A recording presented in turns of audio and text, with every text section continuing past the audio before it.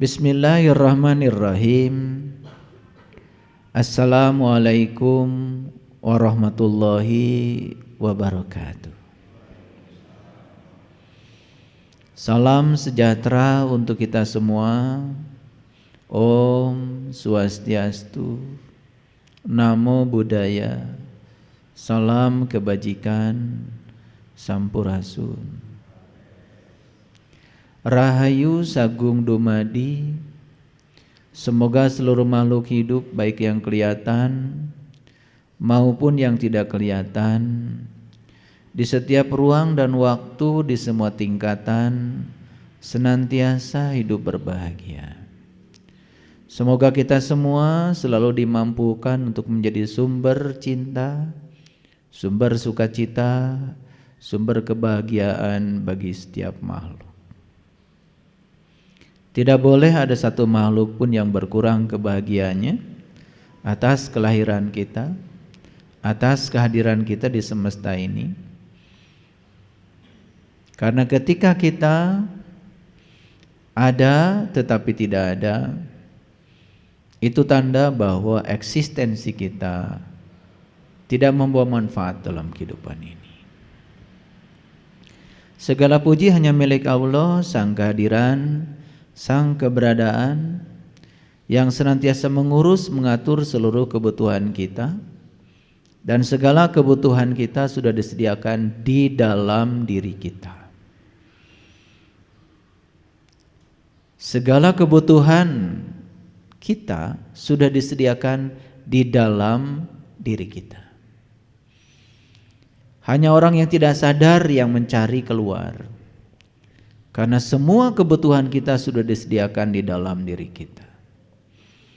Bahkan perpustakaan terlengkap di semesta ini ada di dalam diri kita. Ilmu-ilmu yang agung semua sudah ada dalam diri kita. Dari ujung rambut sampai ujung kaki ini dalam diri kita ada begitu banyak etalase yang menawarkan agar kita bisa mengalami pencerahan. Berbahagialah orang yang sudah bisa menciptakan surga setiap saat dengan menyadari kehadirannya, menyadari keberadaannya di dalam dirinya, sehingga kesadaran itu akan membawa pikirannya untuk selalu hadir di sini, saat ini, sekarang. Dan mereka yang membiarkan pikirannya dibawa ke masa depan, dibawa ke masa lalu, lalu tubuhnya dijaga dengan malaikat malik, milik, kepunyaan, ego, maka kan selama-lamanya berkonflik dengan dirinya sendiri. Lalu ruang ciptanya tidak pernah mencapai keheningan. Ciri orang yang ruang ciptanya sudah hening adalah dia sudah bisa berbahagia dalam kesendiriannya, sendiri tetapi tidak merasa kesepian. Itu yang disebut dengan orang yang sudah mencapai keheningan. Jangan mengklaim diri kita sudah mencapai keheningan kalau kita masih terusik dengan perilaku orang lain di luar diri kita. Jangan mengklaim diri kita sudah mencapai keheningan kalau kita masih saja perlu kebahagiaan dari dua diri kita. Jangan mengklaim kita sudah mencapai keheningan kalau untuk bahagia saja kita harus mengkondisikan orang lain agar seperti yang kita mau. Dan mereka yang sudah hening ruang ciptanya, apapun yang dilakukan orang sudah tidak mengganggu dirinya lagi. Apapun yang terjadi di luar dirinya, kata-kata, peristiwa sudah tidak mengganggu dirinya lagi. Makanya yang paling berbahaya di semesta ini adalah kebohongan setengah kebenaran. Itu yang paling berbahaya. Karena di situ ada kegelapan yang sangat gelap. Kalau kebohongannya itu utuh sebagai kebohongan, malah tidak berbahaya. Karena orang tidak akan memasukinya. Tapi kalau kebohongan setengah kebenaran, itu sangat berbahaya. Seperti benar padahal tidak. Dan orang bisa masuk ke situ. Apalagi ketika bohongan itu diulang-ulang, lama-kelamaan bisa dianggap sebagai kebenaran. Oleh karena itu mari kita bersyukur hari ini, pagi ini kita masih diberi kesempatan untuk meneruskan pelajaran di sekolah kehidupan. Percayalah sama saya, sepanjang nafas masih dipinjamkan sebagai pinjaman kehidupan pada kita, sepanjang itu kita masih menjadi utusan Tuhan. Berarti kita masih akan dipakai oleh Tuhan untuk menjadi pembahagia di semesta ini, untuk menjadi orang yang memiliki peran untuk mendinamikan kehidupan ini. Sepanjang napas masih dipinjamkan kepada kita, berarti kita masih sedang dipakai oleh Dia untuk menjadi kepanjangan tangan Dia sesuai dengan peran yang Dia berikan kepada kita. Oleh karena itu, mari kita puji Dia bersama-sama membaca hamdalah. Alhamdulillahirabbil alamin. Mari kita awali proses belajar di pagi yang penuh berkah ini. Semoga ruang kesadaran kita menyediakan kelapangan yang luas untuk menerima kehadiran ilmu baru, intuisi baru, kesadaran baru. Semoga Allah membukakan pintu kecerdasan, pintu kelapangan, pintu kesabaran untuk terus berintrospeksi pada diri, untuk tidak merasa diri sebagai yang paling benar, untuk tidak merasa diri sebagai yang paling baik lalu merendahkan orang lain. Kita sapa semuanya dengan kelembutan dan cinta seraya membaca basmalah. Bismillahirrahmanirrahim.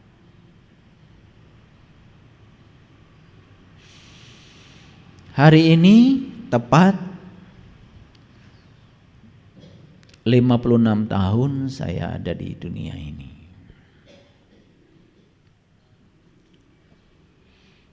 56 tahun yang lalu ayah ibu saya telah menjemput saya dari langit ke bumi ini.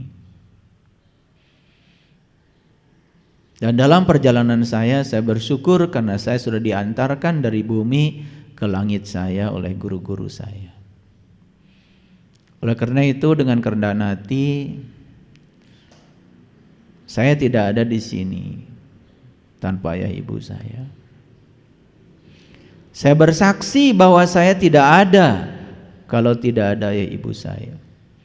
Dan saya bersaksi bahwa ibu saya, ayah saya adalah utusan semesta untuk menghadirkan saya di semesta ini. Oleh karena itu saya mohon keridhoannya untuk membacakan Ummul Quran untuk orang tua terbaik saya yang telah dipilih untuk melahirkan saya. Fil barakati Ummul Quran. Al-Fatihah.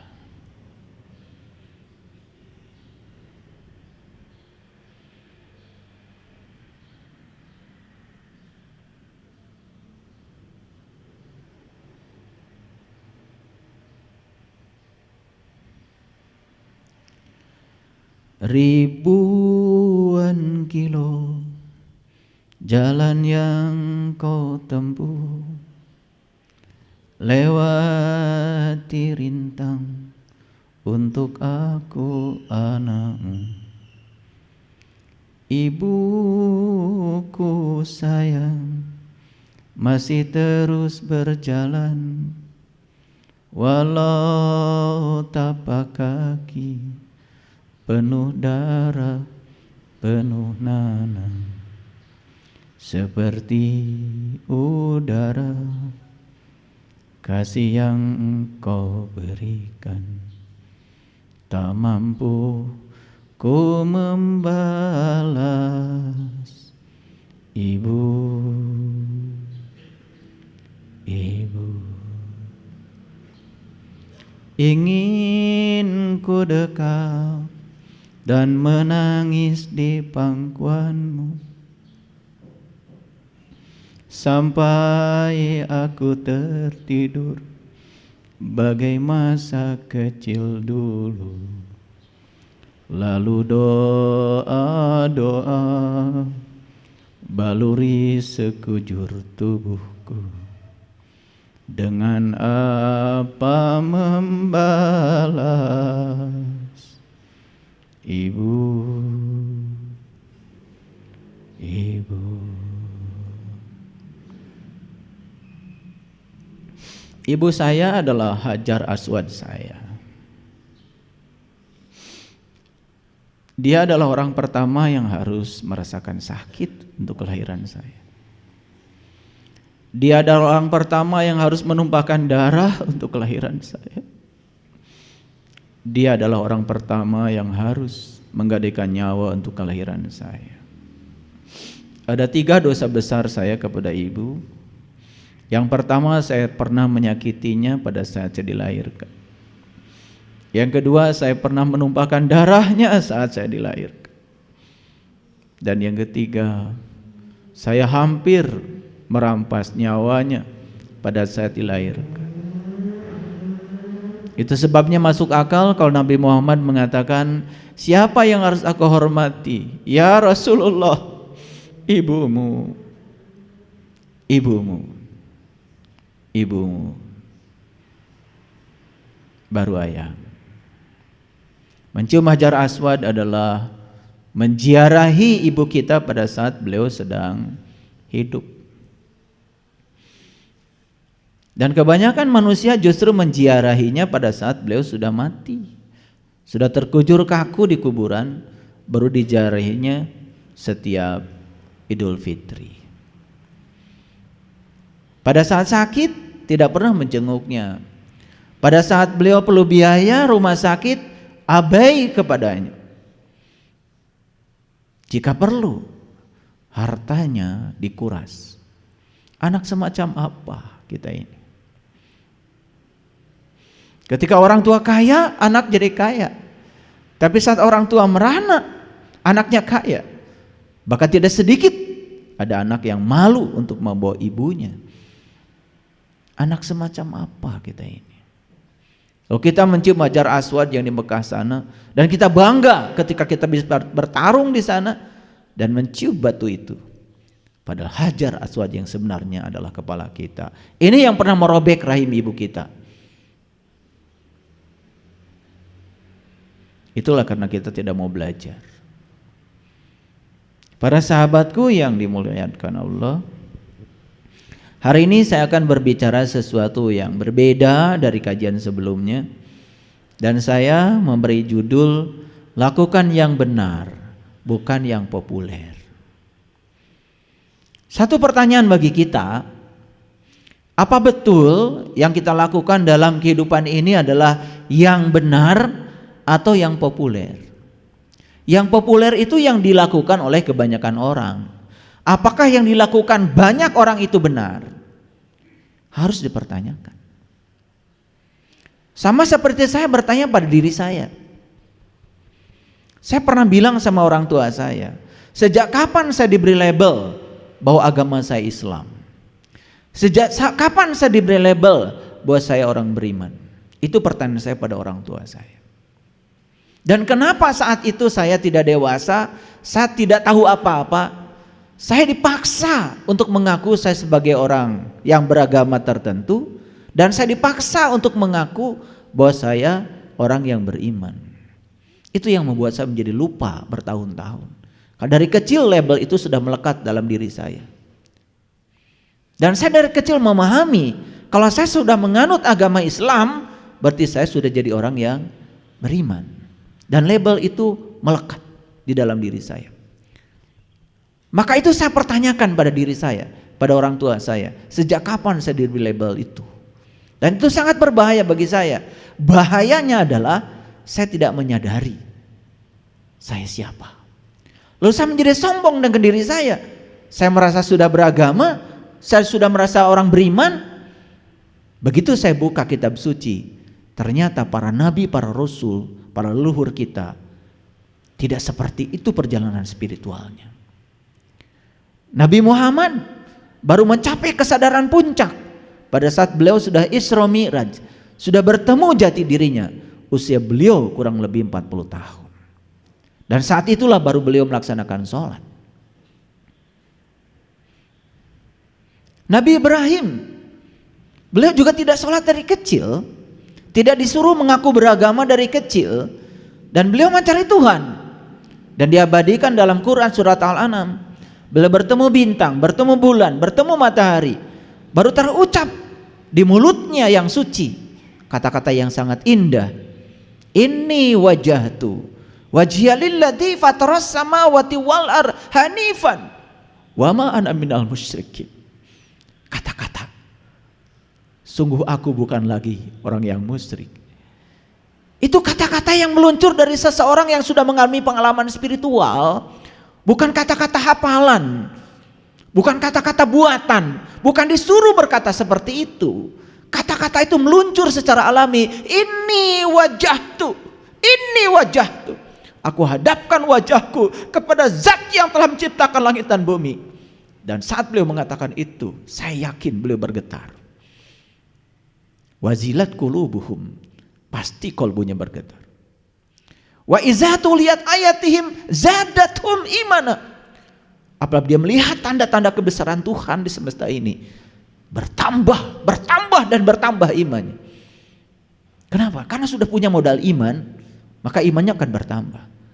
Orang-orang yang mengaku dirinya beriman hari ini gak punya modal sama sekali. Melihat apapun di semesta biasa saja, seperti kebanyakan orang.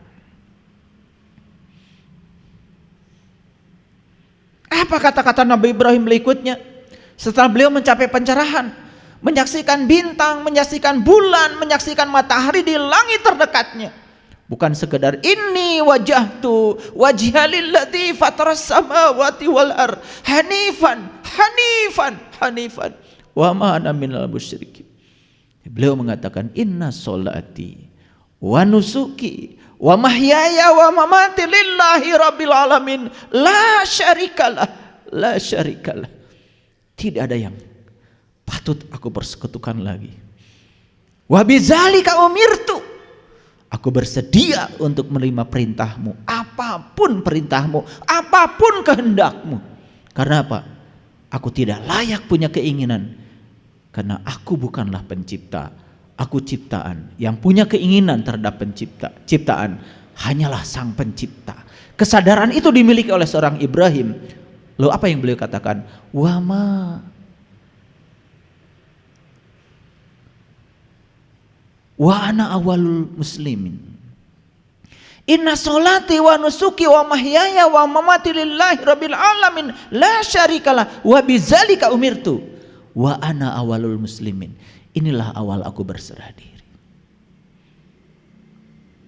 Yuk kita tanya pada diri kita. Kita selalu mengatakan saya muslim. Bahkan kita mengatakan yang di luar saya non muslim. Sombong sekali kita. Padahal kita pun tidak mengerti Muslim itu apa. Muslim itu orang yang sudah berserah diri kepada Tuhan, yang sudah tidak mengatur-ngatur lagi Tuhan, yang sudah bersedia seperti Ibrahim. Wa bidzalika umirtu. Itu Muslim. Sudah begitu kita.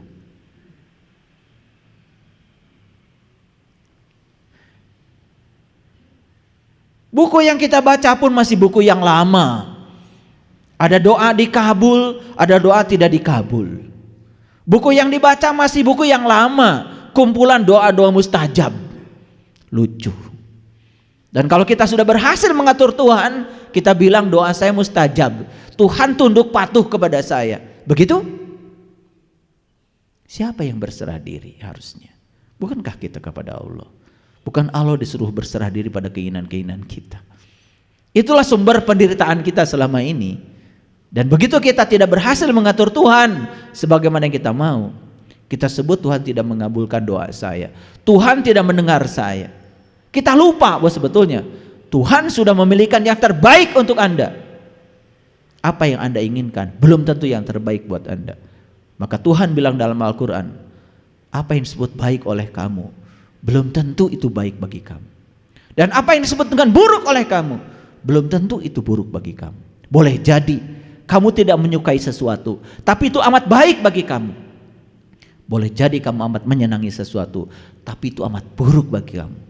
Begitu yang dikatakan Allah dalam Al-Quran. Tapi kita tidak pernah mengerti perkataan beliau.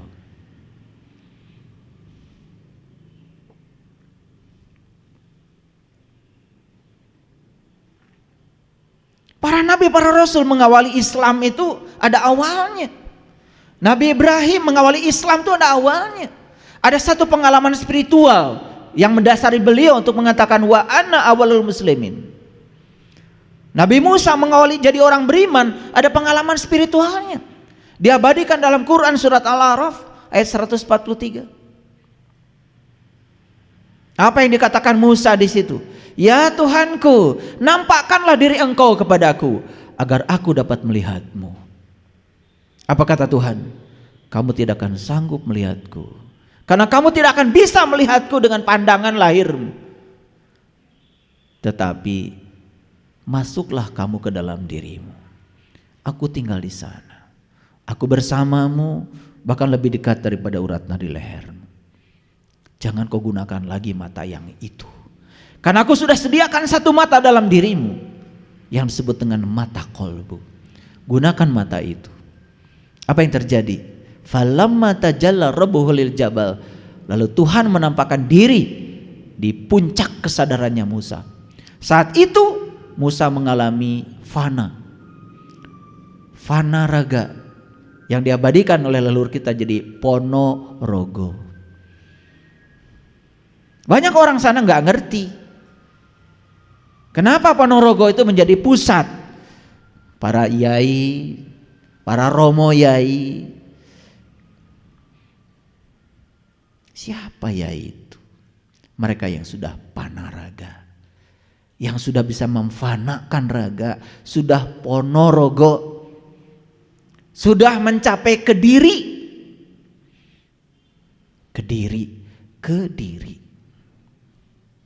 Orang yang sudah mencapai kediri gak peduli orang lain mau melakukan apa, gak peduli orang lain mau ngomong apa, udah selesai dengan dirinya sendiri.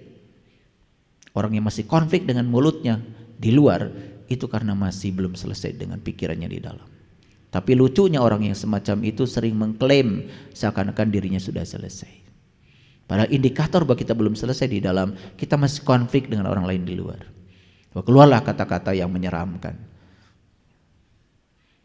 Kita mengizinkan kita dibawa oleh pikiran kita ke masa lalu, ke masa depan, terus saja begitu. Tapi tidak hadir di sini saat ini sekarang. Padahal hidup itu di sini saat ini sekarang. Makanya Eckhart Tolle menulis buku yang sangat keren, judulnya The Power of Now. Coba baca buku itu, luar biasa. Saya tidak menemukan buku yang setiap katanya itu semuanya daging, tidak ada tulangnya, semua daging itu. Sampai saya tidak pernah bisa melewatkan satu kata pun yang ditulis oleh Eckhart Tolle di buku The Power of Now. Kenapa? Disitulah surga saya temukan. Karena surga itu di sini, saat ini, sekarang. Pertanyaan yang paling dasar bagi kita, mau kapan kita sebagai muslim yang sebenarnya? Mau kapan kita jadi orang yang beriman yang sebenarnya? Mau kapan? Puaskah kita dengan mengaku-ngaku beriman, mengaku sebagai muslim? Padahal muslim itu sebutan universal buat semua manusia yang sudah pasrah total kepada Allah, apapun keyakinan agamanya. Sekali lagi, muslim itu sebutan yang sangat universal, tingkatan spiritual yang sangat universal. Makanya Quran mengatakan la tamutunna illa wa antum muslimun. Jangan kau mati kecuali kamu sudah menjadi seorang muslim. Bukan mengaku beragama tertentu, tetapi kita benar-benar sudah pasrah total kepada Tuhan, apapun keyakinan kita.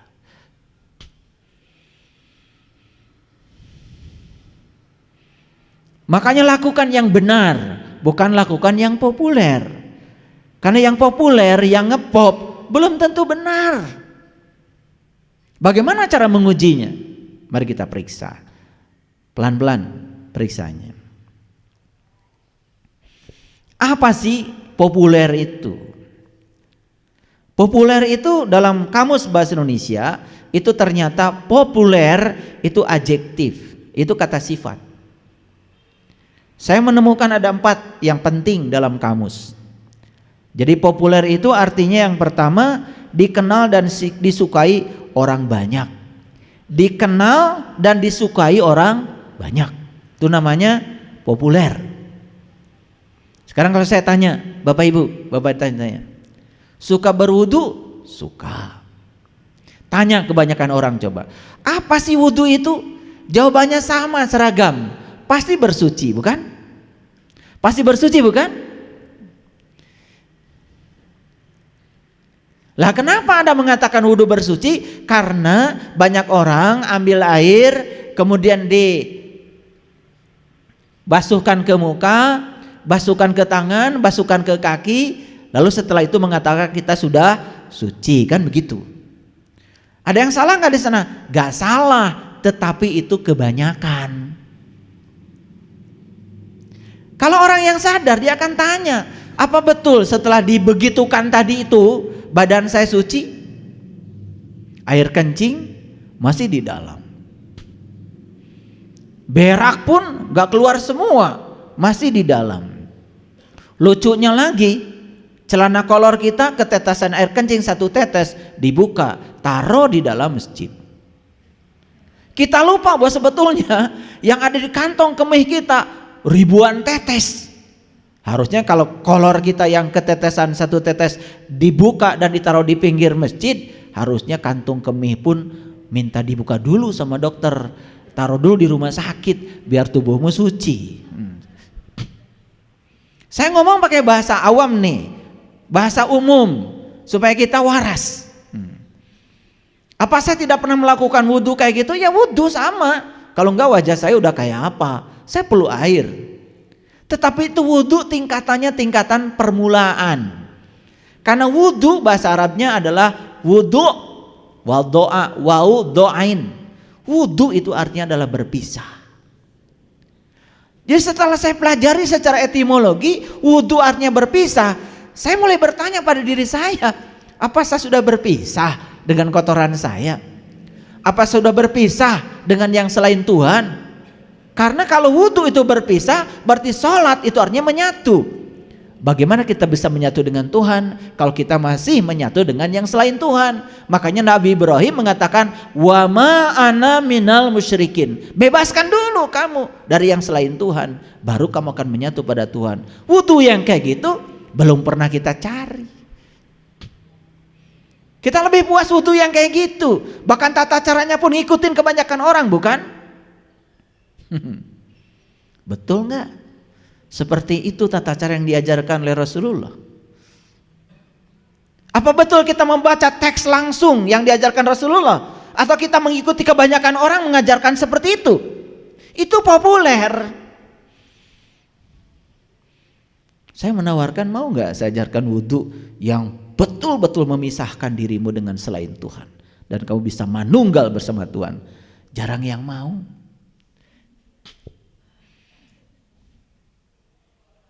Makanya kalau wudhu cuma sekedar begitu, apa kita akan sukses sholat? Enggak.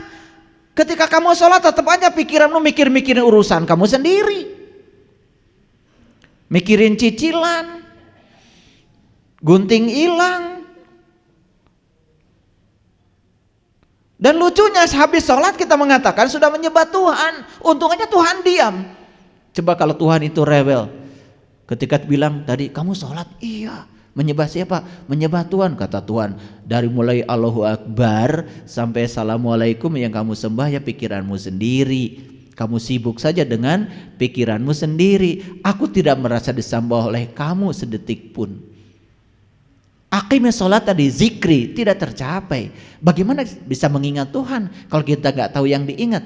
Bukannya Nabi Muhammad juga untuk bisa sholat mi'raj dulu, jumpa dulu dong dengan yang mau disolatin, baru sholat. Nyembahnya jadi lurus. Maka di Quran dikatakan fa'aqim wajhaka lidini hanifa. Luruskan wajahmu kepada yang kamu sembah. Betul begitu? Boro-boro lurus, bolak belok. Tapi kalau sudah salam, lihat orang gak sholat mulai mengkritiki orang. Bukan mikirin sholat saya dampaknya apa. Bukan mikirin sholat saya sudah sholat belum, terus saja menyerang pihak lain. Itu namanya populer. Nah, kita jelaskan dulu nih bahasa kamus populer.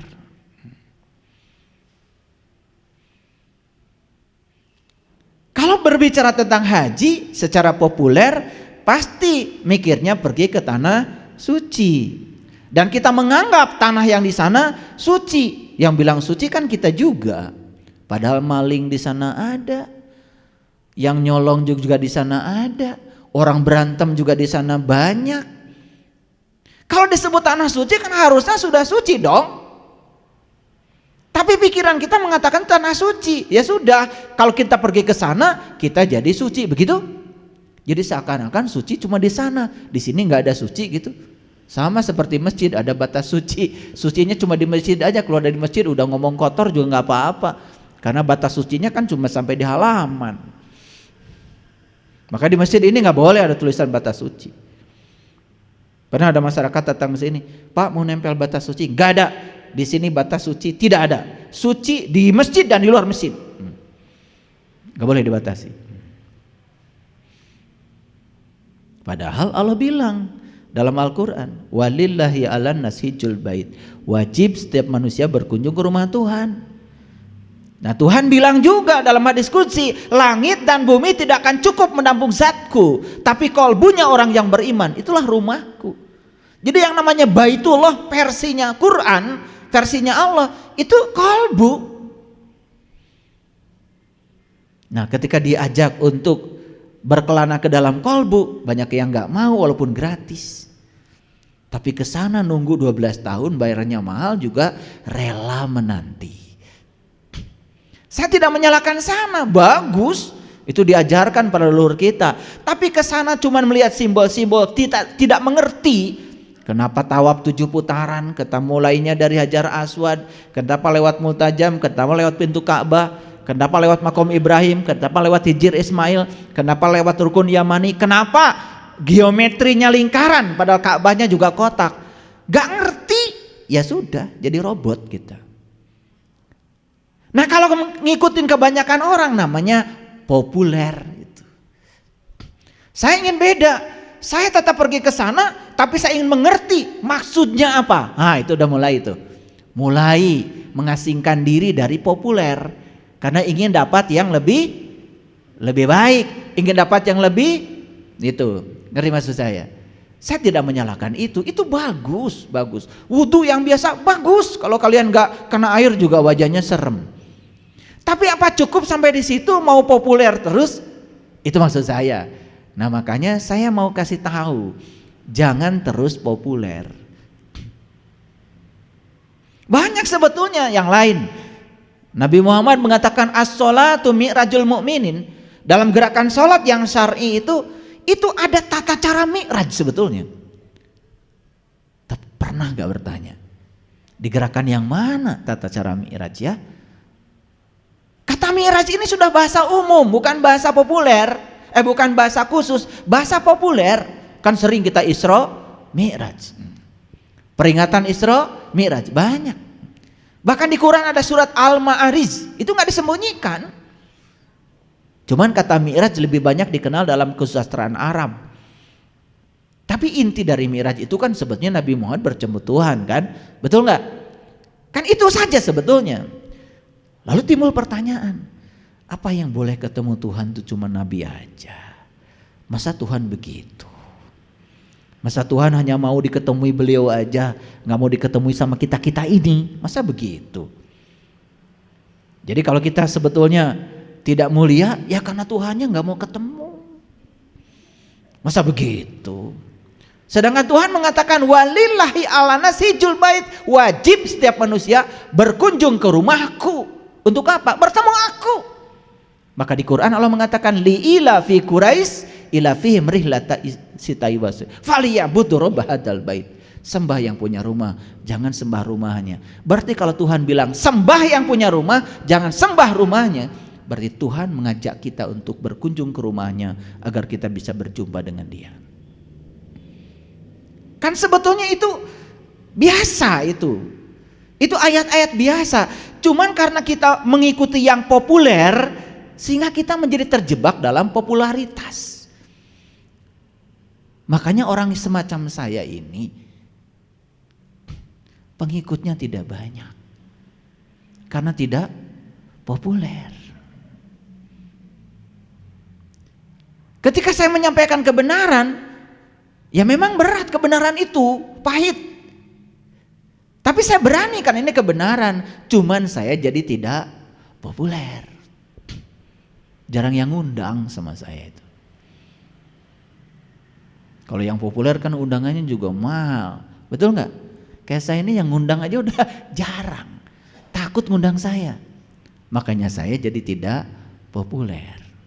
Ya silahkan saja mau populer atau mau benar gitu aja. Ini masih populernya dulu, kita bahas dulu. Setengah jam lah saya bahas dulu populer supaya ngerti ya. Nah, dikenal dan disukai banyak orang. Coba kalau kalian sekarang mau Ramadan nih, mau Ramadan.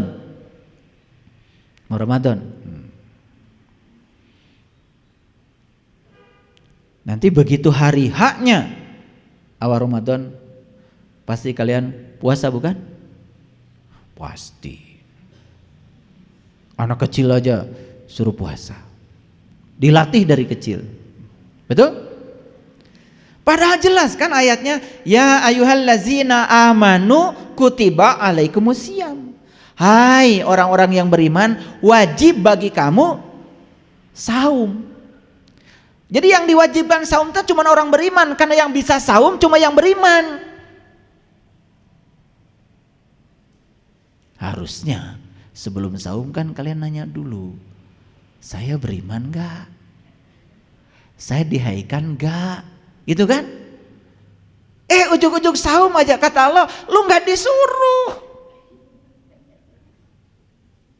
Karena kita mengartikan iman itu sesuai pengakuan kita. Yang penting percaya, iman aja, kan begitu. Padahal iman itu kata Nabi, al-iman tasdikun bil qalbi wa ikrarun bil lisan wal almun bil arkan. Iman itu pembenaran oleh kolbu. Sementara kolbu aja kita nggak ngerti, bagaimana bisa membenarkan dengan kolbu? Makanya nggak apa-apa. Ya dapat puasa, puasanya puasa awam, menahan lapar dan haus di siang hari, malam main hantem, kan gitu.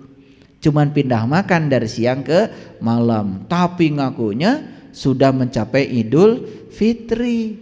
Padahal di Quran jelas Idul Fitri itu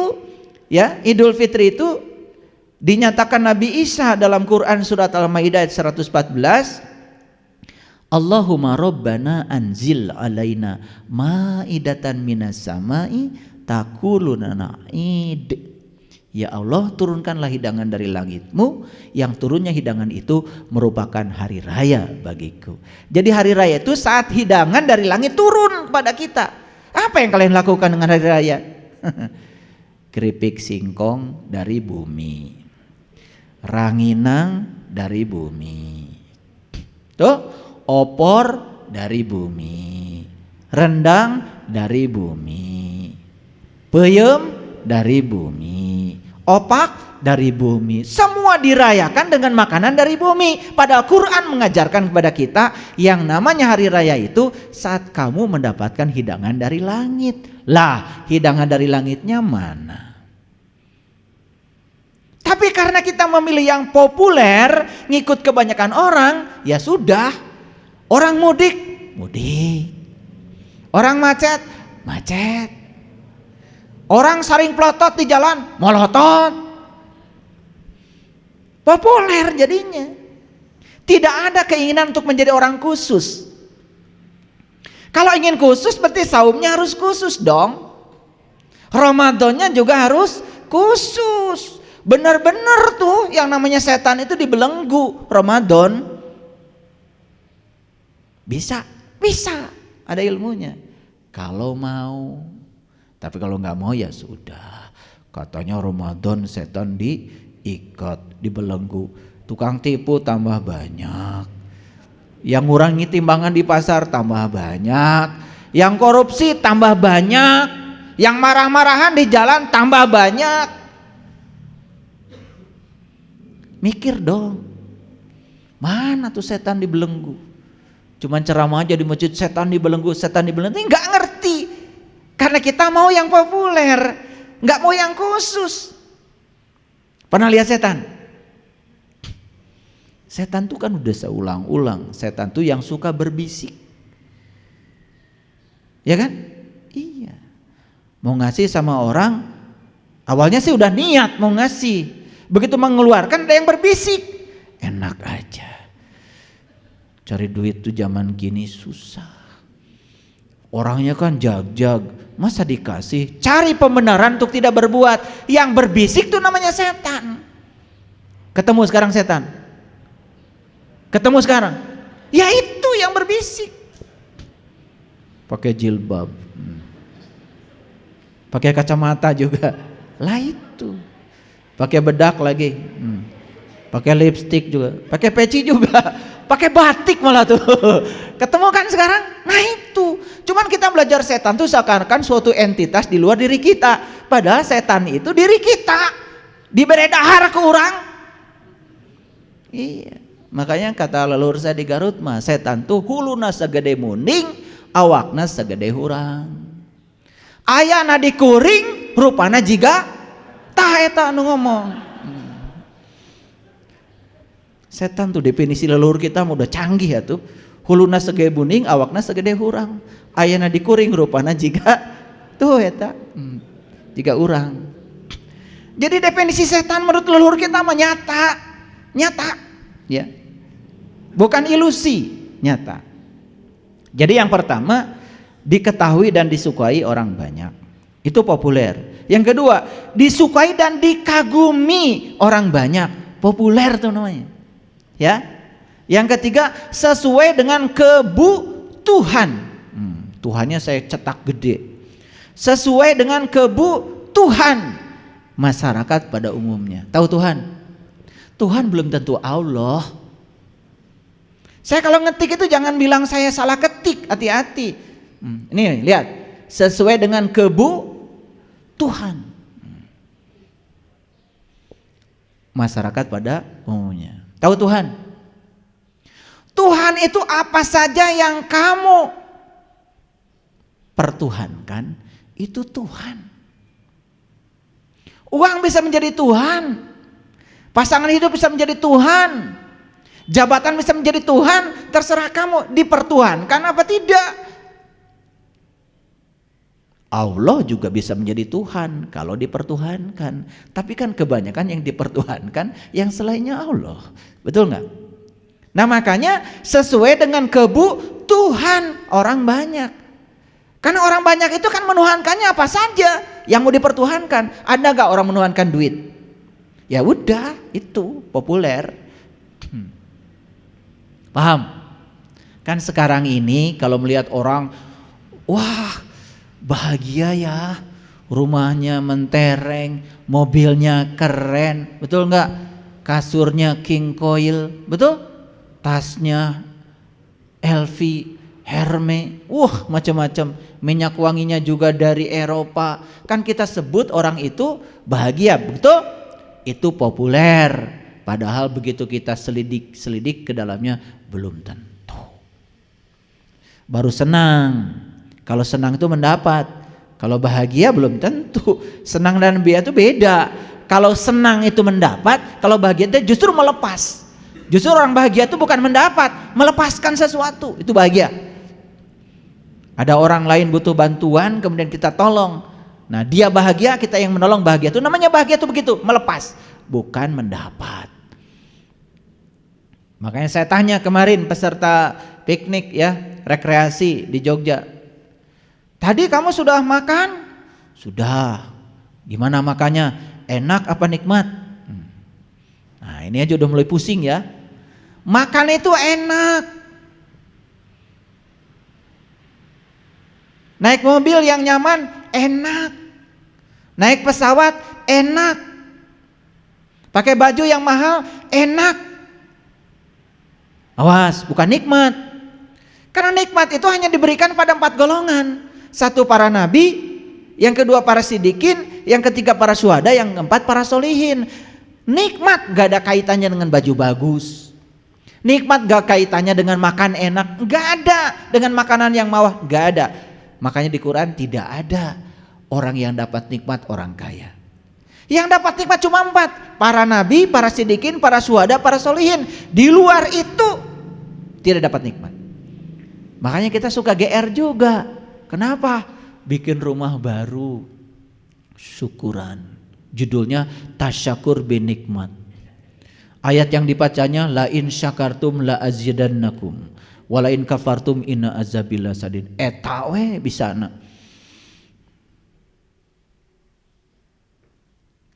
Di Quran itu tidak ada cerita enak. Di Quran cuma ada cerita nikmat. Dan nikmat terbesar cuma satu. Saat kita sudah kenal siapa jati diri kita, siapa Tuhan kita. Menyatu dengan Tuhan baru namanya nikmat. Yang dapat nikmat cuma 4, para nabi, para sidikin, para syuhada, para solihin. Konglomerat gak masuk. Yang rumah mewah gak ada di 4 golongan itu. Gak ada. Yang punya rumah baru gak ada. Makanya nanti kalau kalian syukuran rumah baru undang saya, biar bisa bedakan mana senang, mana bahagia, mana enak, mana nikmat. Itu aja masih pusing di kepala kita. Betul? Wah, kita ini sudah dapat nikmat yang banyak dari Allah. Apa saja? Baju baru, ya, mobil baru. Itu bukan dapat nikmat, dapat enak.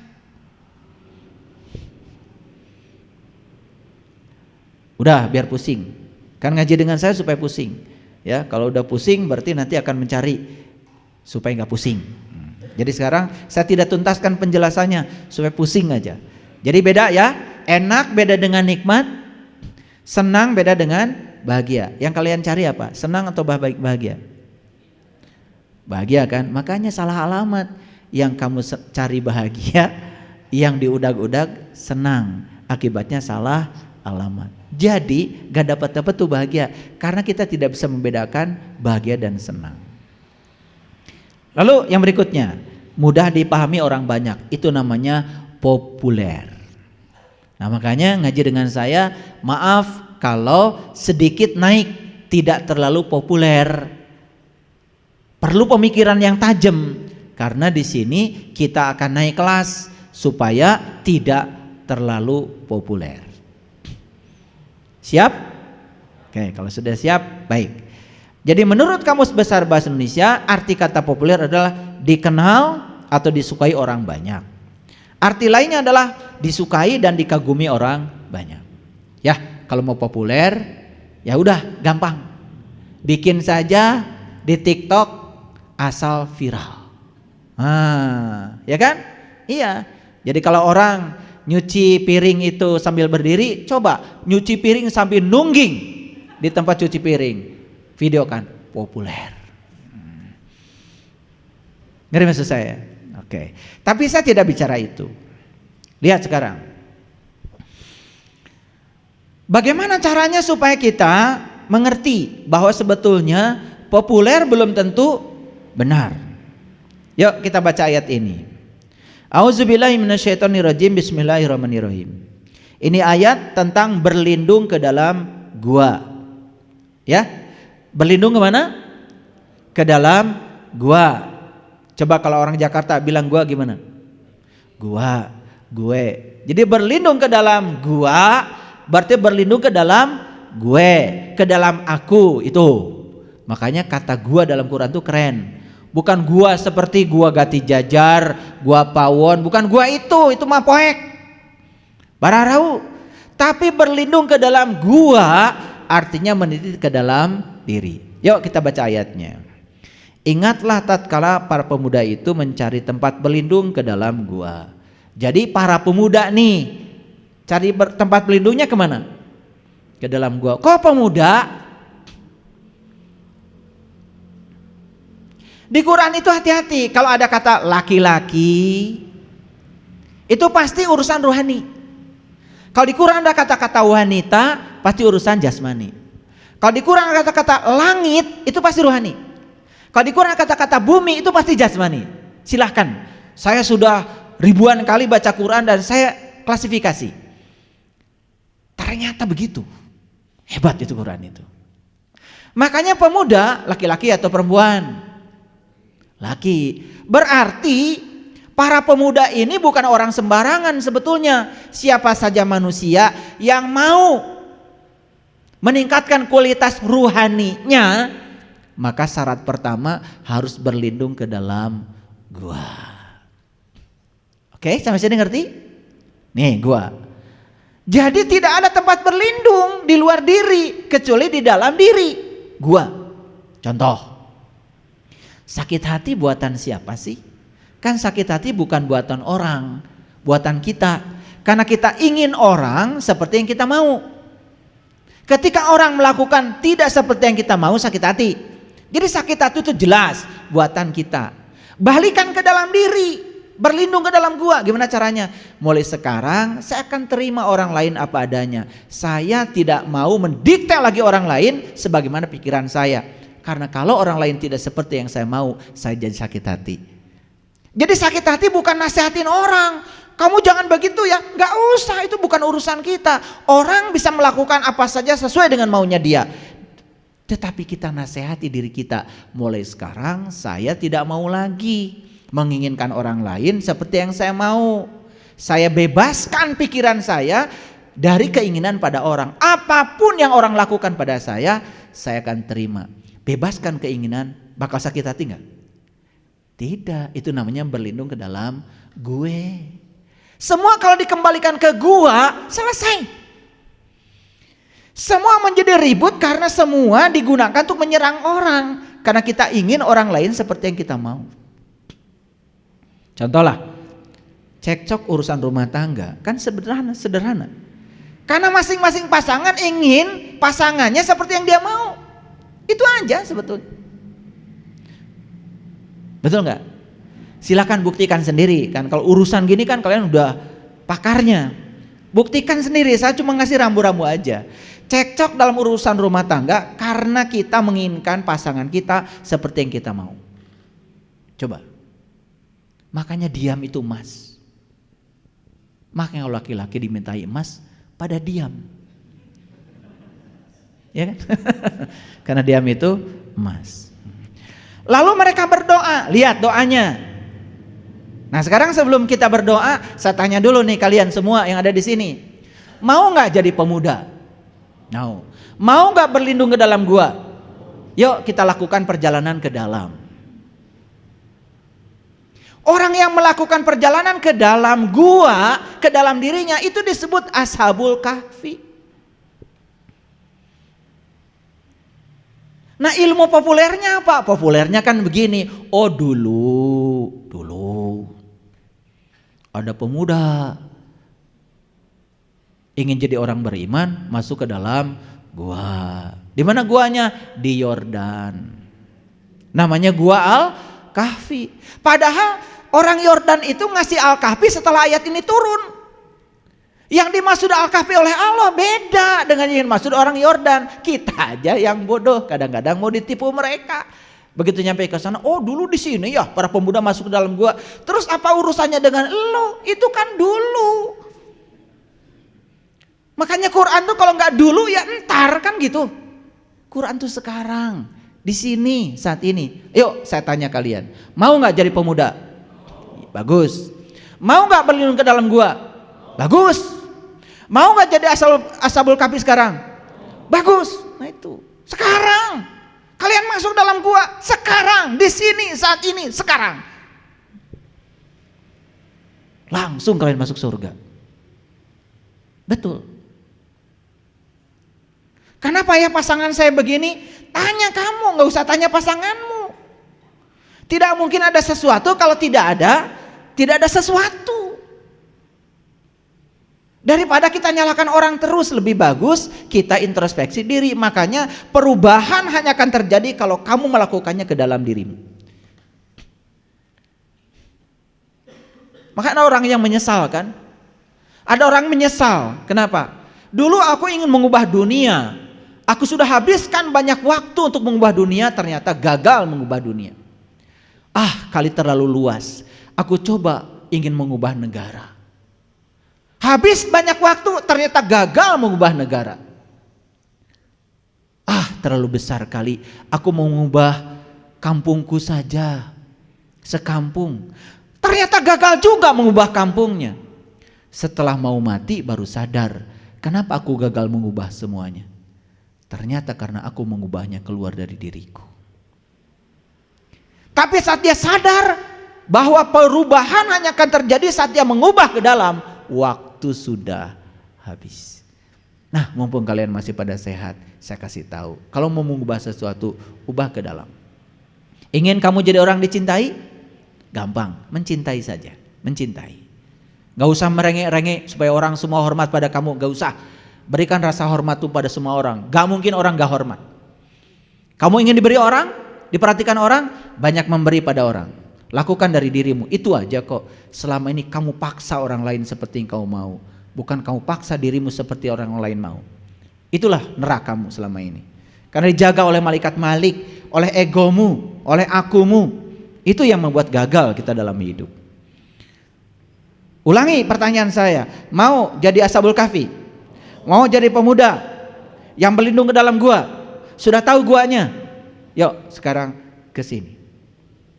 Di sini indah, ada matahari yang indah di sini. Di sini ada luas, ada padang mahsyar yang luas tanpa batas. Indah. Saya nggak bisa ngomong. Kamu buktikan sendiri deh. Tapi disitulah perlunya kita bertemu dengan guru. Maka di Quran surat Al-Kahfi dikatakan, "Mayyahdillahu fahuwal muhtadi, wa mayyudlil falan tajidalahu waliyan mursidan." Barang siapa yang dikehendaki Allah dapat petunjuk, pasti ketemu guru. Tapi barang siapa yang tidak dikehendaki Allah dapat petunjuk, sampai mati pun kamu tidak akan bertemu guru. Kenapa tidak bertemu guru? Karena kamu tidak menghendaki. Kalaupun kamu menghendaki, kehendakmu itu tidak kuat. Makanya luruskan tekadmu. Makanya sudah saya bahas kemarin ya, kalau kita ingin menjunjung tinggi aras kita, belajarlah sama 8 malaikat. Udah saya bahas. Tidak saya bahas hari ini supaya tidak menyita banyak waktu. Apa doanya? Lihat doanya indah sekali. Faqalu, mereka berkata, Rabbana atina miladunka rahmah wa hayyi lana min amrina rasyada. Sayang sekali terjemahan ini yang ada, yang populer, yang beredar itu kurang cerdas. Makanya mohon izin saya terjemahkan sesuai dengan redaksi bahasa Arabnya. Terjemahnya begini. Wahai Tuhan kami, berikanlah rahmat kepada kami dari sisimu dan berikan kecerdasan dalam segala urusan kami. Rosyada itu cerdas. Dari irsyad, rosyid, orang yang cerdas disebut mursyid. Makanya di Quran surah Al-Kahfi ada kata-kata waliyan mursidan. Carilah wali, wali itu pemimpin, mursidan yang cerdas. Siapa pemimpin yang cerdas? Yang mencerdaskan kita. Kalau orang membohongi kita terus, ngiming-ngimingi terus. Oh, kalau kamu membaca ini nanti dapat segini. Kalau kamu baca ini nanti dapat segitu. Kapan? Ntar di akhirat. Tambah bodoh kita. Tapi itu kan populer. Makanya saya gak pernah menjanjikan apa-apa kan sama kalian. Siapa yang ngaji di tempat saya maka akan dapat surga. Pernah saya ngomong begitu? Gak pernah. Saya tidak pernah mengiming-iming. Mau datang boleh, gak datang juga mengurusan gue apa. Betul gak? Iya. Saya juga tidak penting kalian datang banyak atau sedikit. Saya tanya sama murid-murid saya. Apa saya cari murid? Gak. Murid saya yang datang, gak apa-apa. Ada yang pergi, gak apa-apa. Emang gue pikirin, saya sudah selesai dengan diri saya. Kalian datang banyak, ya gini ceramah saya. Datang satu juga gini ceramah saya. Ceramah saya tidak bergantung banyak sedikitnya yang datang. Gak saya urusin. Dan mulai sekarang kalian harus sadar. Kalian datang ke sini bukan apa-apa kan? Hanya kalian ingin tahu. Itu saja. Betul apa tidak? Ya itu aja, udah bagus. Teruskan. Wahai Tuhan kami, berikanlah rahmat kepada kami dari sisimu, dan berikanlah kecerdasan dalam segala urusan kami. Ini kecerdasan. Cerdas itu bahasa asingnya intelijensia. Bukan kepintaran. Kalau kepintaran itu intelektual. Sekolah di perguruan tinggi, intelektualmu jadi bagus, belum tentu cerdas. Makanya banyak orang yang sekolahnya tinggi tapi nggak sadar. Minta diberi kecerdasan dalam segala urusan. Nah, kecerdasan itu urusannya dengan kesadaran. Jadi sebetulnya ini doa minta kesadaran. Syarat untuk sadar, yuk kita masuk ke dalam gua. Sampai sini ngerti? Sudah siap masuk dalam gua? Oke, siap aja dulu. Sekarang belum saatnya masuk. Enak aja. Kalau masuk ke dalam gua kan harus jelas mana pintunya. Betul nggak? Gimana tata caranya? Izin dulu dong sama yang mau dikunjunginya. Betul? Jangan main selonong. Ada waktunya. Maka nanti dijadwal kapan si A, kapan si B, kapan si C, ada waktunya. Sekarang nih antriannya sudah banyak yang pengen masuk ke dalam gua. Karena selama ini kita semua keluar dari diri kita. Dan kita melakukan perubahan keluar. Makanya perubahan tidak terjadi. Seorang pemimpin yang ingin merubah negaranya, lakukan aja ke dalam. Kalau ingin membuat rakyatnya sederhana, hidup dia sederhana. Pasti rakyat ikut. Jangan suruh rakyat hidup sederhana, dia hidupnya hedon, mewah-mewah. Ya siapa yang mau niru seperti itu?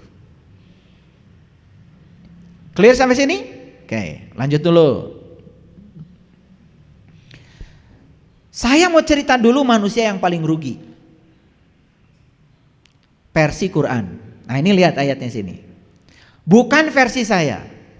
Yuk kita baca ayatnya.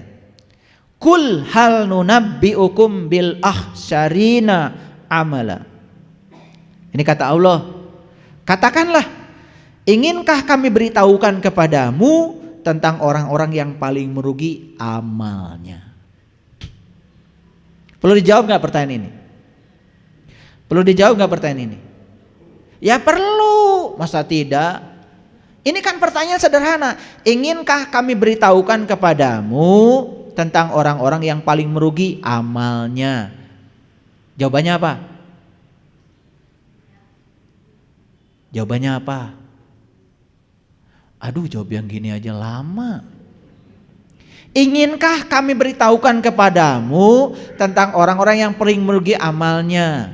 Jawabnya apa? Ingin, gitu aja. Pakai mikir. Ini kalian tuh kebanyakan mikir, ngajinya terlalu serius. Ngaji dengan saya jangan terlalu serius. Banyak tertawa ya, biar santai. Terutama tertawakan diri sendiri. Ulangi. Inginkah kami, kata Allah, beritahukan kepadamu, kamu semua yang ada di sini, tentang orang yang paling merugi amalnya? Jawabannya apa? Nah, kalau ingin ya saya teruskan ngajinya. Kalau enggak ya sudah. Nah, kenapa perlu dijawab? Karena ngaji ini terus apa enggak? Kalau enggak kan enggak boleh saya menyampaikan ilmu kepada yang tidak ingin. Itu suatu kezoliman. Hadis itu. Nabi Muhammad yang bilang menyampaikan ilmu kepada yang enggak ingin itu dolim. Menahan ilmu dari yang ingin juga dolim. Nah, susahnya saya ini supaya tidak dolim, saya harus pastikan semua yang ada di sini ingin. Ya, semoga semua yang hadir di sini ingin, supaya saya nggak dolim. Bahaya kan? Dan saya kalau keluarkan, kamu tuh nggak ingin, saya keluarkan, tambah dolim lagi saya. Betapa susahnya kan saya bicara, betul nggak? Yuk kita saling menghormati supaya tidak dolim. Semoga semua yang hadir di sini ingin. Ulangi pertanyaannya, ingin apa tidak? Ingin. Ini baru Quran surat Al-Kahfi ayat 103. Udah ingin kan? Oke. Siapa orang yang merugi itu? Lanjut. Ayat 104. Yuk kita baca sekarang. Allazina dhalla sa'yuhum fil hayati dunya wa hum yahsabuna annahum yuhsinuna sun'a. Yaitu orang-orang yang telah sia-sia amalnya dalam kehidupan dunia ini, sedang mereka menyangka bahwa mereka telah berbuat amal sebaik-baiknya. Yuk lihat saya semuanya. Lihat saya semua. Fokus ya. Inginkah aku beritahukan kepadamu tentang orang-orang yang paling merugi amalnya? Jawabannya ingin. Siapa orang yang merugi amalnya itu? Kata Allah, yaitu orang-orang yang sia-sia amalnya dalam kehidupan dunia ini, sedang mereka menyangka bahwa mereka telah beramal sebaik-baiknya. Ayo lihat saya. Kalian kalau sudah sholat, nyangka sudah berbuat baik kan? Kalian kalau sudah umroh, menyangka sudah berbuat baik kan? Kalau kalian sudah haji, menyangka sudah berbuat baik kan? Kalau kalian sudah baca Quran, menyangka sudah berbuat baik kan? Ini lucu kadang-kadang. Judulnya pengajian, isinya baca terus. Padahal pengajian kan dari kata kaji. Kaji itu artinya kayak gini nih, mikir. Kalian kan saya ajak mikir nih. Maka maaf di sini tidak ada membaca. Kalau ingin membaca ke tempat lain, cari. A'udzu billahi minasyaitonir rajim. Nah, di sini tidak. Cari tempat lain. Sini mengkaji. Kenapa? Kita harus berlindung kepada Allah dari godaan setan yang terkutuk. Jadi siapa yang terkutuk? Setan tuh. Kalian tuh ngajinya dari dulu gak bener. Makanya cuma baca ta'ud saja supaya gitu aja. Tapi gitu ditanya, siapa yang terkutuk? Setan. Kata setan, apa urusan gue? Kasihan setan itu diciptakan hanya untuk dikutuk. Mikir gak kalian itu? Kasihan dong setan. Nah itu karena selama ini gak ngaji, cuman baca. Nih saya kasih tahu, aku berlindung kepada Allah dari godaan setan yang terkutuk. Siapa yang terkutuk? Yang terkutuk itu kamu ketika gagal berlindung kepada Allah. Ulangi lagi, ini gara-gara gak ngaji, cuman baca doang.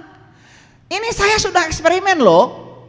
Ada sebuah pengajian itu baca Qurannya udah gak usah disaksikan lagi, udah Iqra 8. Saya tes ini Iqranya udah berapa semua? 8 Pak. Wih luar biasa. Kan Iqra cuma 6. Itu sudah 2 tingkat di atasnya itu. Luar biasa. Saya tanya, a'udzubillahi minasyaitonirrajim artinya apa? Pinter. Aku berlindung kepada Allah dari godaan setan yang terkutuk. Siapa yang terkutuk? Setan Pak. Waduh.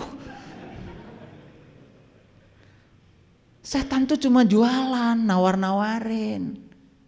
Ngerti maksud saya? Yang belikan kamu. Kamu terkutuk saat kamu mengikuti ajakannya. Kalau enggak, iya enggak. Ngerti sekarang yang terkutuk? Suka terkutuk. Siapa yang mengutuk dirimu? Ya kamu sendiri. Setan tuh bahkan gak pernah ngutuk kamu. Oke, udah lanjut dulu. Ini saya jadi nyimpang sedikit. Karena ini banyak yang ngasih judul pengajian tapi isinya baca. Mohon maaf, ibu-ibu tanya, mau kemana Bu? Pengajian. Tasnya penuh. Ya. Begitu nyampe situ, buka Quran, baca. Betulkan mahrajnya, betulkan idghamnya, betulkan ikhfanya. Tos Bu, tos. Irah ngajina. Kan perasaan kakak baca. Kan udah dapat pahala. Saya tidak meremehkan itu loh, itu bagus. Cuman apa sampai di situ jadi populer kan? Apa tidak ingin itu tahu pesan Quran? Kan Quran tuh surat, Quran surat. Kalau kalian baca Injil, Injil tuh ya pasal ayat. Tapi Quran itu surat. Quran surat. Kalau surat tuh pasti ada pesannya dong.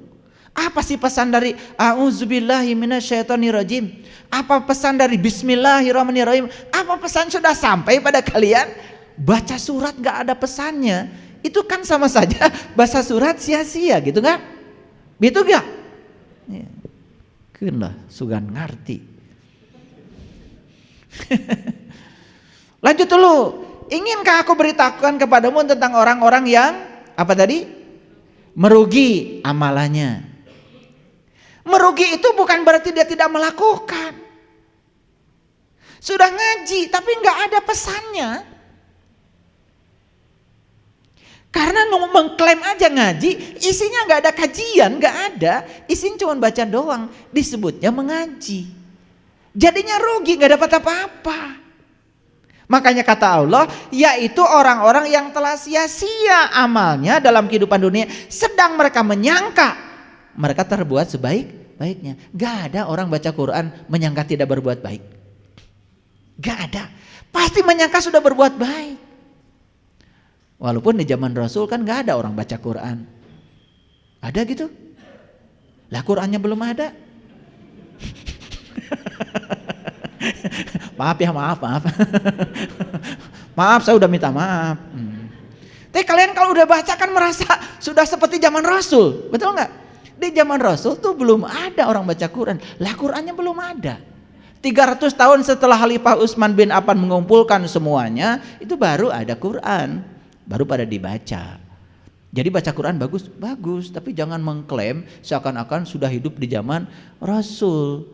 Ya, di Quran memang banyak pesan, kan surat ini. Bagus kalau kita bisa menangkap pesannya. Coba pesan dari Bismillahirrahmanirrahim aja udah indah. Kalau tahu Bismillahirrahmanirrahim, atas nama Allah yang Maha Pengasih dan Maha Penyayang.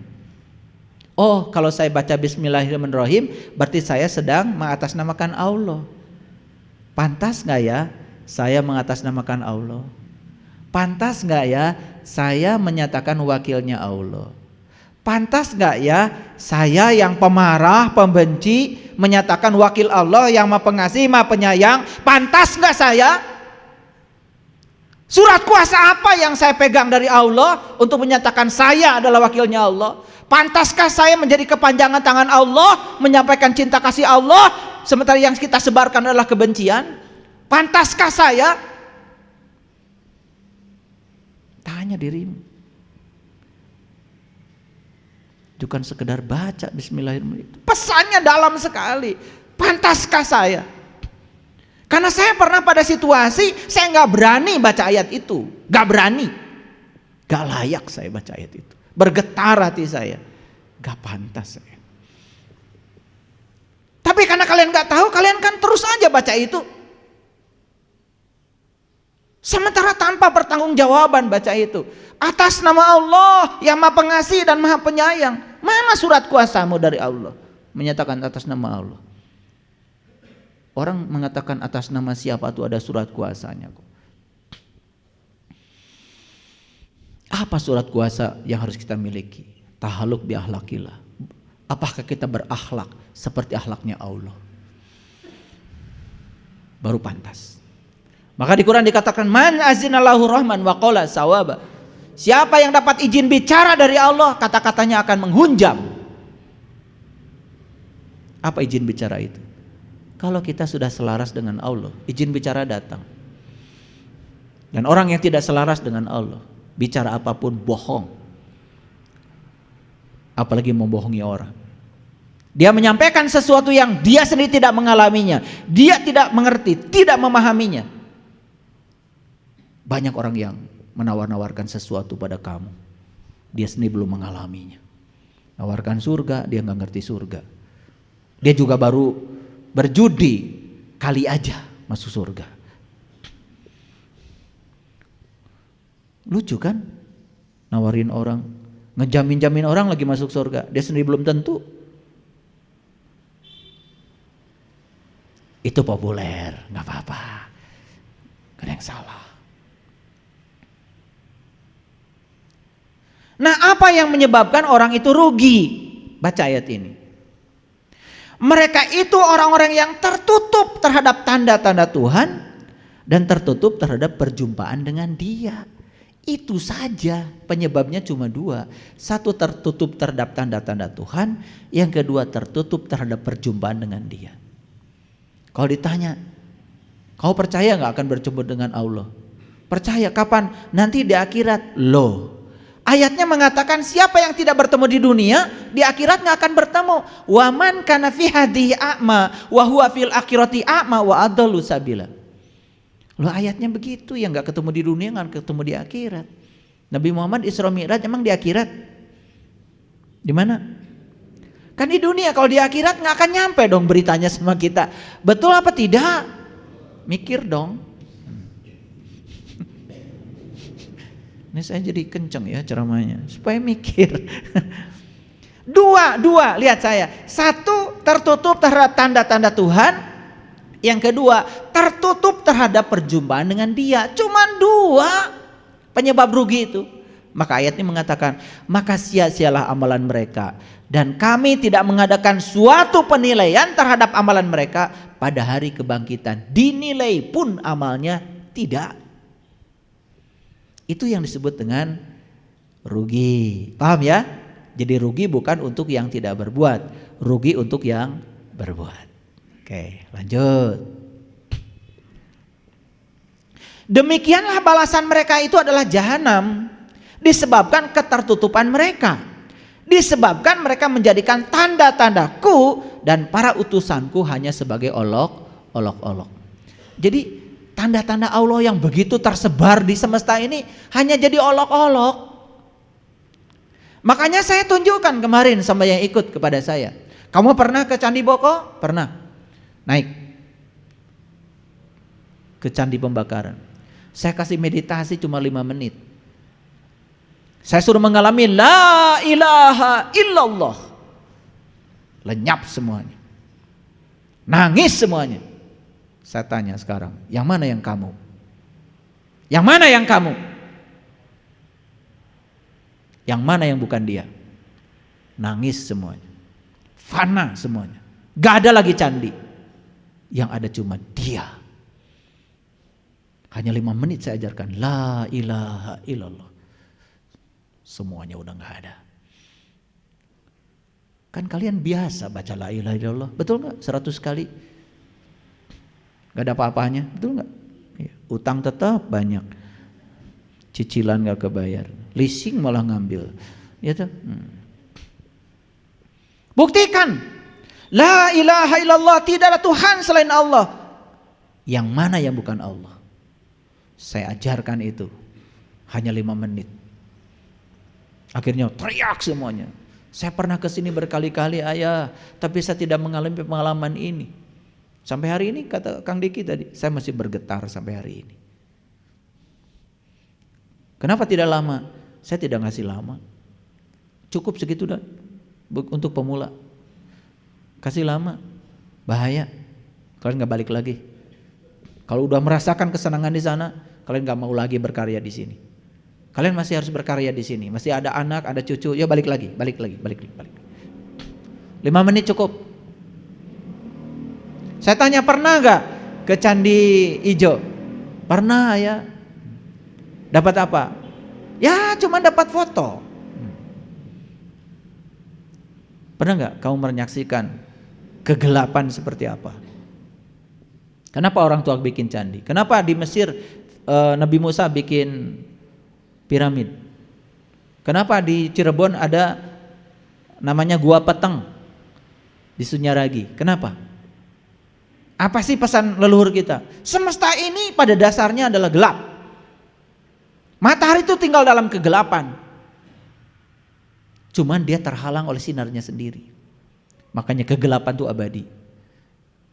Cahaya itu datang dan pergi. Orang tua kita bikin candi keren banget. Wah, kalau saya jelaskan kalian jadi keenakan.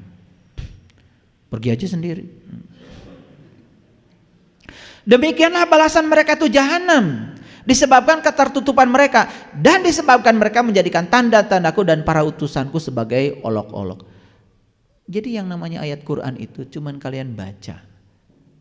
Itu namanya mengolok-olok.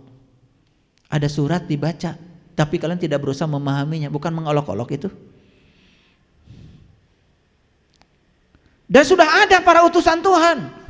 Dan para utusan Tuhan itu 3 cirinya, cuma 3 cirinya. Itu diabadikan dalam Quran surat Ali Imran ayat 49. Hanya 3 ciri utusan Tuhan. 1, bisa menyembuhkan penyakit buta mata kolbu kita.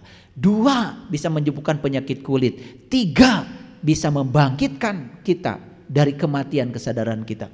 Itu diabadikan di Quran surat Ali Imran loh. Jadi kalau orang tidak bisa 3 itu, menyembuhkan penyakit buta, tidak bisa menyembuhkan penyakit kulit itu bukan kudis, bukan kurap, itu bukan urusan rasul, itu urusan dokter kulit. Penyakit kulit itu ngerti sesuatu cuma kulitnya doang, itu penyakit itu.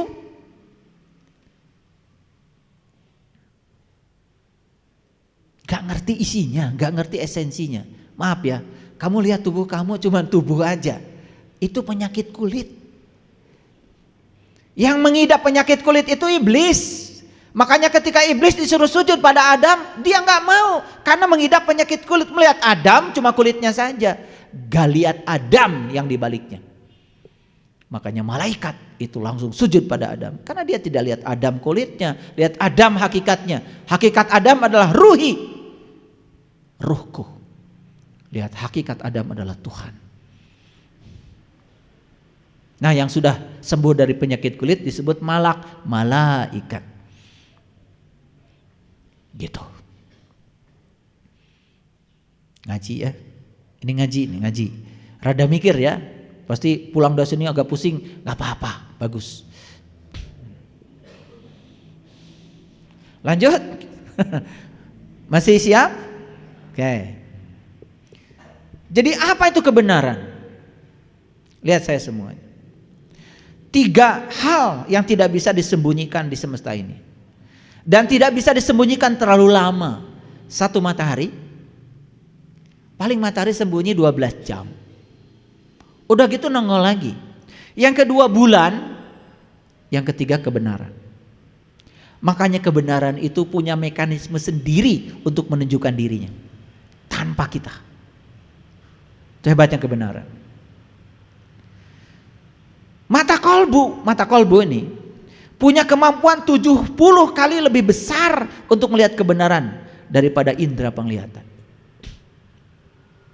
Jadi bayangkan ya, kalau kita cuma melihat dengan ini saja, cuma 1 kali. Tapi kalau kita sudah bisa membuka mata kolbu kita, bisa melihat 70 kali. Sembuh pasti dari penyakit kulit, karena bisa melihat 70 kali lebih tajam. Berapapun cepatnya kebohongan, namun kebenaran akan mengejarnya juga. Biarkan saja kebohongan itu juga bergerak. Tetapi berapapun cepatnya kebohongan, kebenaran akan mengejar dari belakang. Kebenaran punya mekanisme sendiri untuk menunjukkan dirinya.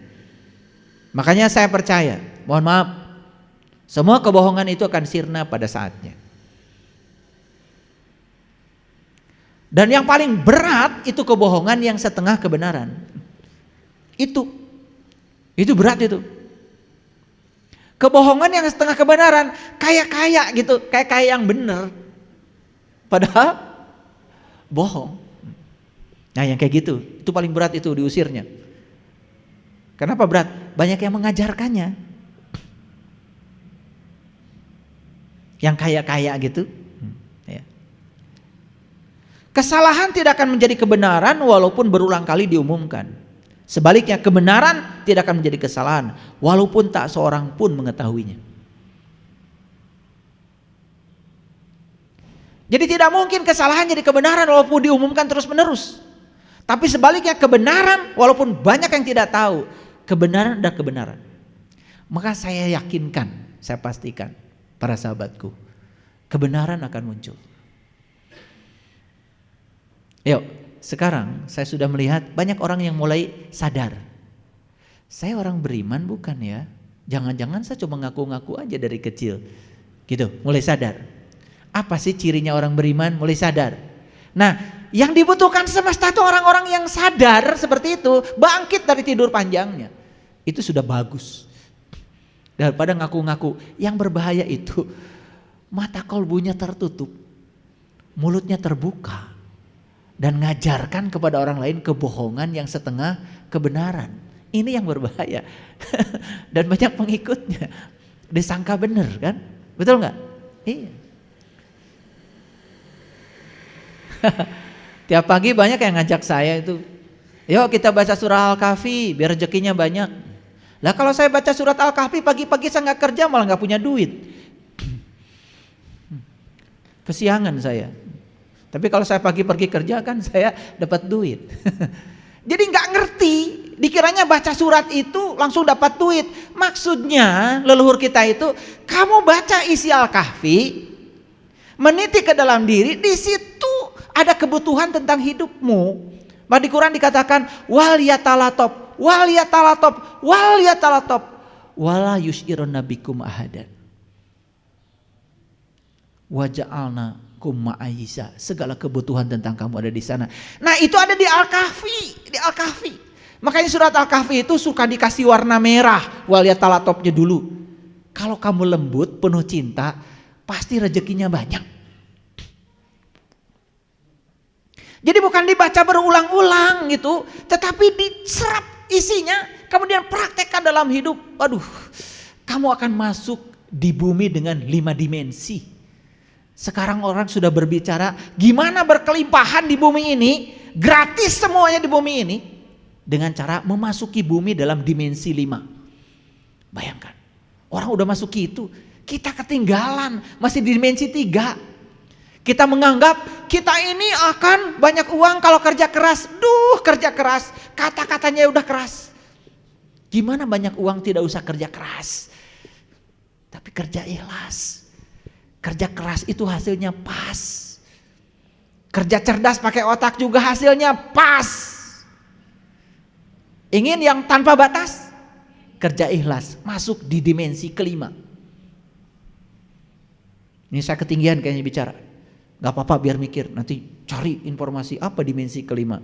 Taunya dimensi kan kalian cuma 3 aja. Ya, sumbu X, sumbu Y, sumbu Z. Ini dimensi kelima. Di situ kita akan mendapatkan keberlimpahan. Dan saya sudah membuktikannya. Saya sudah ngasih 7 jalan baru. Salah satunya apa? Salah satu dari 7 jalan baru itu adalah mendapatkan sesuatu dengan cara yang biasa, tetapi hasilnya luar biasa. Lanjut? Oke.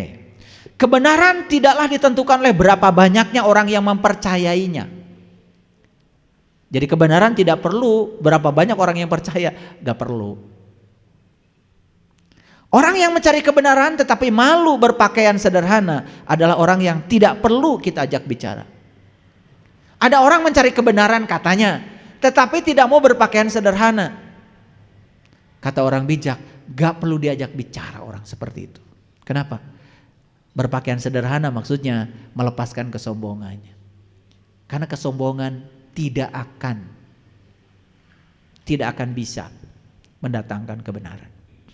Kamu harus berpakaian sederhana, bicara sederhana, berpenampilan sederhana, jadilah orang yang kosong. Kebenaran akan datang. Dari satu kesalahan-kesalahan lain, manusia menemukan kebenaran. Kalau kita harus melakukan kesalahan dalam proses pencarian, gak apa-apa.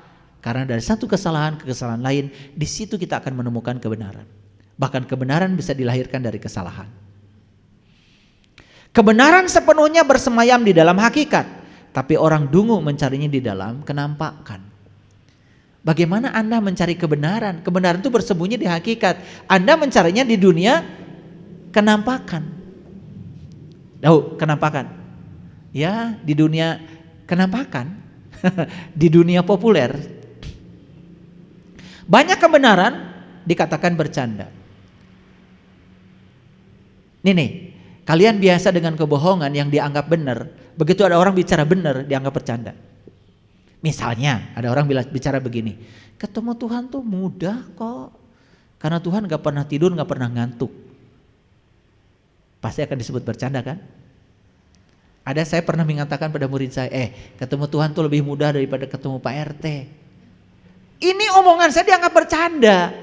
Karena kebenaran itu memang kadang-kadang dianggap candaan. Karena kebenaran itu disembunyikan, aurat bagi mereka yang tidak mencarinya. Bagian terburuk dari yang dibohongi adalah mengetahui bahwa Anda tidak layak untuk mendapatkan kebenaran.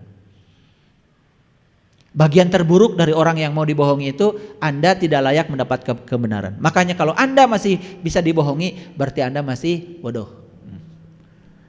Mau disebut orang bodoh? Tapi mau dibohongi? Ya, sok atuh eureun. Kalau ingin disebut orang cerdas, jangan mau dibohongi. Ini orang bilang begini, langsung percaya. Orang begini langsung percaya. Percaya itu harus bukti. Kalau belum bisa membuktikan, jangan percaya. Gak apa-apa. Dan percaya itu perlu bukti, bukan? Ini termasuk yang saya omongkan hari ini. Jangan percaya sama Saiful kalau kalian belum membuktikan. Jangan percaya kalau saya bilang, wah di dalam gua ini ada matahari luar biasa, ada padang mahsyar indah, mataharinya bersinar terang tanpa menyilaukan. Jangan percaya kalau belum mengalami. Tetapi pastikan, saya bukan seorang kiai, saya bukan seorang ulama. Wah terlalu jauh disebut ulama. Saya bukan siapa-siapa. Saya cuma berbagi mutiara aja di tangan saya. Kali aja ada manfaatnya. Itu aja. Saya cuma seorang penyelam. Kenapa saya jadi penyelam? Karena saya senangnya nyelam. Saya kalau percaya sesuatu itu harus bukti dulu. Baru saya percaya. Itulah memang saya. Saya tidak populer makanya. Semua kebenaran di dunia ini harus melewati 3 langkah. Pertama ditertawakan. Yang kedua ditentang dengan kasar, yang ketiga diterima tanpa pembuktian dan alasan. Jadi jalan kebenaran itu 3 para sahabat. 1, ditertawakan.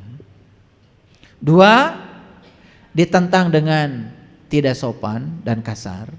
Yang ketiga diterima tanpa pembuktian dan alasan. Ujungnya kebenaran itu sampai di titik yang ketiga.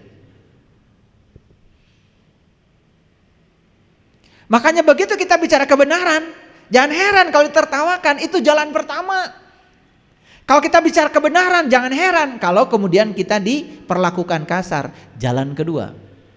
Tapi jalan ketiganya akan diterima. Saya pastikan ya, murid-murid saya yang ngaji di saya, dulu pernah mentertawakan saya. Nanti suruh bicara satu-satu. Dan mereka juga pernah menentang saya dengan kasar.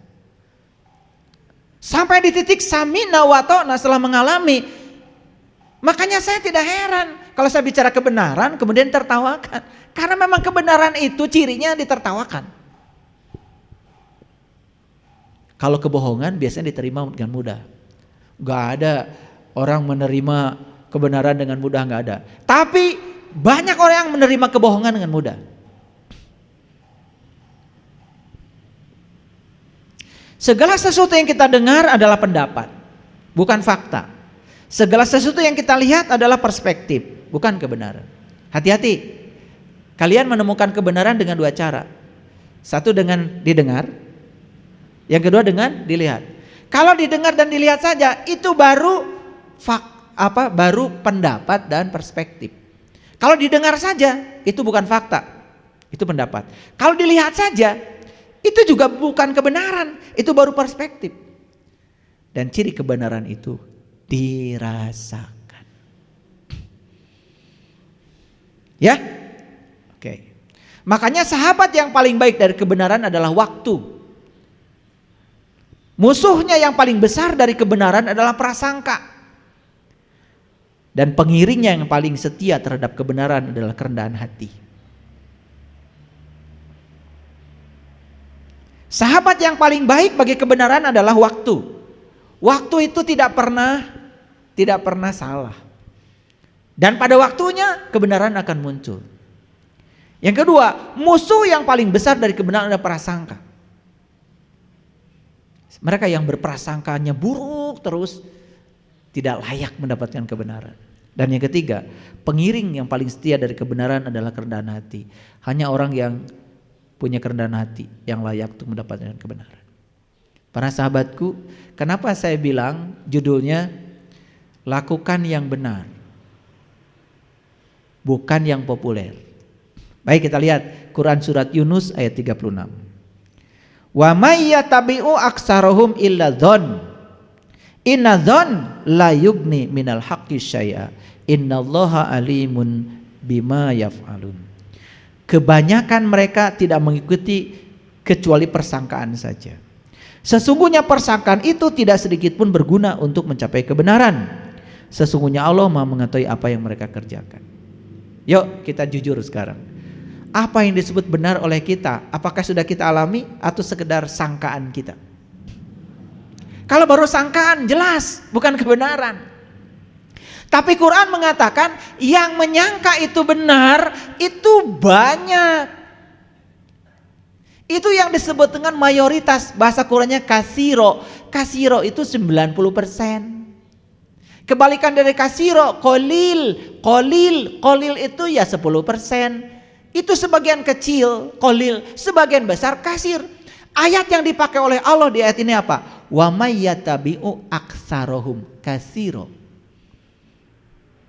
Pertanyaan saya, mau ikut yang banyak? Belum tentu benar. Kalau gitu ikut yang sedikit. Apalagi mau ikut siapa? Ikut yang banyak belum tentu benar. Ikut yang sedikit apalagi yang banyak aja belum tentu benar. Mau ikut siapa? Ikut siapa? Pikirin sendiri.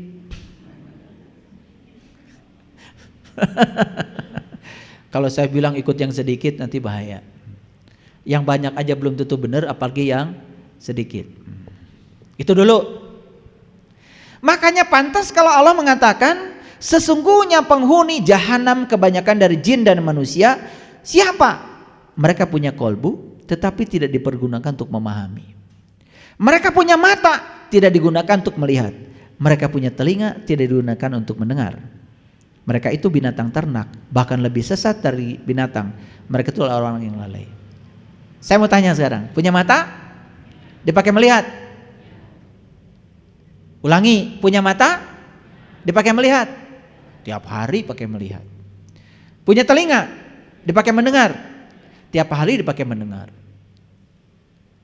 Ayat ini bukan cerita mata ini dan bukan cerita pendengaran ini. Maka di Quran dikatakan fa innaha la tamal qulub walakin ta'mal qulubul lati fis syudur. Yang buta bukan matamu yang itu mau dipakai tiap hari, tapi mata kesadaranmu. Itu di Quran.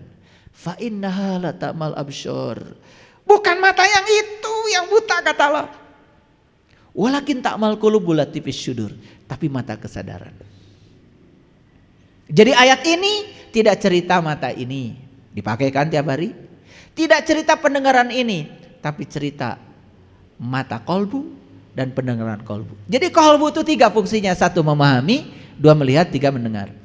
Orang yang sudah aktif kolbunya untuk memahami, melihat dan mendengar, itu yang akan memiliki 70 kali lebih tajam dari penglihatan indrawi yang biasa. Makanya orang yang semacam itu jangan heran kalau cerdas. Nah itu makanya di ayat tadi dikatakan, ya Allah cerdaskan aku dalam segala urusan. Jadi supaya cerdas apa? Melihatlah dengan mata kolbu, mendengarlah dengan mata kolbu, dan kemudian memahami dengan kolbu. Itulah pentingnya kita belajar membuka mata kolbu. Oke. Nah, saya coba di Quran kata kebanyakan atau mayoritas itu ada berapa? Ada 92 ayat, saya hitung di Quran. Gak ada kerjaan ya saya. Kata kebanyakan di Quran saya hitung, ada 92. Dan kata kebanyakan umumnya begini. Umumnya begini nih. Nih.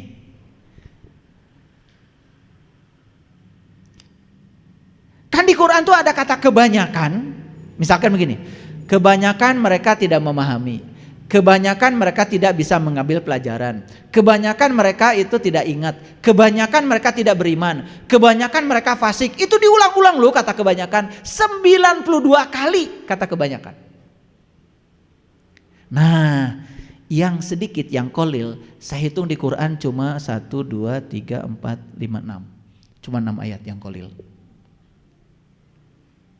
Adanya di Quran surat An-Nisa ayat 142, ingatnya sedikit sekali. Tuh. La yadzkurunallaha illa qalila.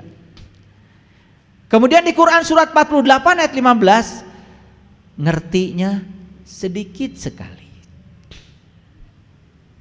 Jadi yang mengerti itu sedikit sekali. Di Quran surat Al-Baqarah 88 dikatakan yang beriman sedikit sekali. Jadi yang ingat pada Allah sedikit sekali, yang mengerti itu ternyata sedikit sekali, yang beriman ternyata sedikit sekali, yang bersyukur juga sedikit sekali. Qalilam ma tashkurun. Nah, bahkan yang bersyukur sedikit sekali diulang di 2 ayat. Yang pertama saya temukan di Quran surat 32 ayat 9, yang kedua saya temukan di Quran surat 34 ayat 13. Nah, surat ke-40 Al-Mu'min ayat yang ke-58 berbicara tentang ternyata yang bisa mengambil pelajaran di kehidupan ini pun sedikit sekali. Jadi kata kebanyakan atau mayoritas, kebanyakan mereka tidak beriman, kebanyakan mereka fasik, kebanyakan mereka dolim, kebanyakan itu 92 kali. Sesuai dengan kebanyakan kan? Tetapi qalil sedikit sekali itu cuman 1, 2, 3, 4, 5, 6 kali. Jadi saya tanya lagi, mau masuk yang kebanyakan atau mau masuk yang sedikit? Nah, yang sedikit itu ingatnya kepada Allah berarti banyak. Yang sedikit itu berarti mengertinya banyak. Emang ingatnya udah banyak? Tahu aja belum. Mengertinya mau udah banyak. Mengerti bukan pakai otak. Dan tadi mengerti itu 3. Harus dengan kalbu, memahami, melihat, mendengar. Lah mata kalbunya mesti merem. Ini kesimpulan akhir nih, udah mau jam 12. Ulangi. Mau yang sedikit? Oke, bagus. Yang sedikit itu ingat ke Allahnya banyak. Berarti yang sedikit ini sudah tahu Allah dong. Yang sedikit ini mengertinya banyak. Berarti sudah terbuka dong mata kalbunya. Karena sudah bisa memahami, melihat dan mendengar dengan 70 kali ketajaman dari yang biasa. Yang sedikit ini ternyata yang beriman kan sedikit. Jadi yang beriman itu cuma sedikit. Gak apa-apa. Kan kalian ingin masuk yang sedikit. Insya Allah beriman. Tapi gak apa-apa sedikit. Kata Allah yang beriman itu sedikit. Jadi yang tidak beriman banyak. Yang aku beriman banyak. Nah yang paling berbahaya itu yang aku beriman. Karena dia itu sebetulnya sedang mengerjakan kebohongan setengah kebenaran. Itu yang paling sulit ditolong. Maka di Quran dikatakan wa minan nasi may yaqulu amanna billahi wa bil yaumil akhir wa ma hum bimu'minin. Dan banyak di antara manusia yang mengatakan aku beriman pada Allah. Padahal kata Allah wa ma hum bimu'minin. Mereka tuh bukan orang beriman, cuma mengaku sebagai orang yang beriman. Yukhadi'una Allaha wallazina amanu wa ma yakhda'una illa anfusahum wa ma yash'urun. Mereka itu ingin menipu Allah dan orang beriman. Padahal mereka menipu dirinya sendiri, cuma mereka tidak sadar. Nah tidak sadarnya itu karena mereka terus ngaku-ngaku sebagai orang yang beriman, padahal bukan. Fi qulubihim maradu fazadahumullahu marada. Nah di dalam kalbu mereka ada penyakit. Apa penyakitnya? penyakit mengaku. Jadi mengaku beriman tuh penyakit. Jujur, kalau orang jujur, saya kayaknya belum beriman deh, saya pengen jadi orang beriman gitu. Itu lebih gampang ditolongnya daripada orang yang mengaku dalam kolbunya ada penyakit. Penyakit apa? Penyakit mengaku. Fi qulubihim maradun fazadahumullahu marada walahum adzabun alimum bima kanu yaksibun. Bagi mereka ada azab yang sangat keras disebabkan mereka berbohong. Apa bohongnya? Ngaku beriman. Maaf ya. Makanya saya tadi awali, saya protes sama orang tua saya. Pak, sejak kapan saya disuruh mengaku orang beriman sama Bapak? Saya protes dulu.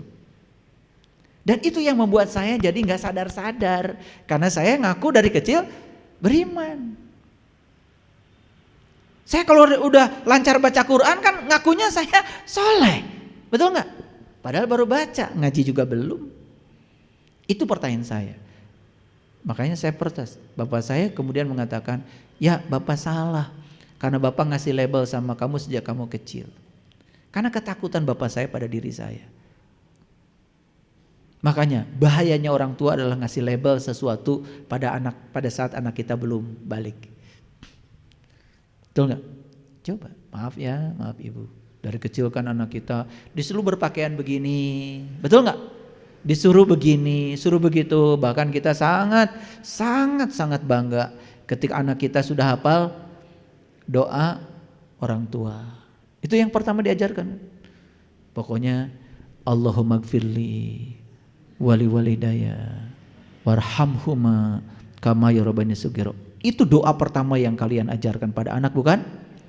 Takut kalian mati tidak ada yang mendoakan, gitu kan? Betul kan? Itu. Kalian ini untuk selamat aja perlu orang lain. Itu karena kita gak percaya pada diri kita sendiri. Kali aja anak kita bisa nolong. Makanya tolong ya. Allahumma gfirli wali walidaya warhamhuma kama yarabani sugiro. Pernah saya tanya, kenapa sih Nabi Muhammad ngajarin doa itu luar biasa? Ya Allah, ampunilah aku dan dosa kedua orang tuaku dan sayangi mereka sebagaimana mereka menyayangi aku waktu aku kecil. Kenapa ada statement itu? Saya pertanyakan itu gak ada yang bisa menjawab. Dan saya kalau pertanyakan juga pada kalian di sini, saya jamin tidak ada yang bisa menjawab. Karena untuk bisa menjawab itu perlu kesadaran spiritual yang sangat luar biasa. Sayangi mereka sebagaimana mereka menyayangi aku waktu aku kecil. Itu perlu. Wah, itu luar biasa. Saya baru bisa menjawab itu setelah kurang lebih 37 tahun saya bertanya. Jadi untuk bisa menjawab itu 37 tahun loh sekolahnya. Kesininya, ke dalam dirinya, masuk ke dalam guanya. Baru terjawab kenapa Rasulullah itu bicara begitu. Aduh, seorang sekelas Nabi Muhammad kalau bicara sesuatu tuh berkelas banget. Cuman sayang, semua kata-kata beliau oleh kita diperolok-olok, diabaikan begitu saja, tidak dihormati isinya. Padahal itu sangat luar biasa. Jadi kebanyakan yang fasik, kebanyakan yang dolim, kebanyakan yang tidak beriman diulang 92 kali. Yang ingat sedikit, yang mengerti sedikit, yang beriman sedikit, yang syukur sedikit, yang bisa mengambil pelajaran dalam kehidupan pun sedikit. Mau masuk yang kebanyakan atau sedikit? Masuklah yang sedikit versi Al-Quran. Bukan yang sedikit kuantitinya, bukan yang sedikit jumlahnya. Tetapi kebenaran mekanismenya 3. 1 ditertawakan, 2 ditentang dengan kasar, yang ketiga diterima tanpa alasan. Kebenaran selalu begitu. Berani? Kalau berani, selamat masuk ke dalam gua, lakukan yang benar, bukan yang populer. Terima kasih. Assalamualaikum warahmatullahi wabarakatuh.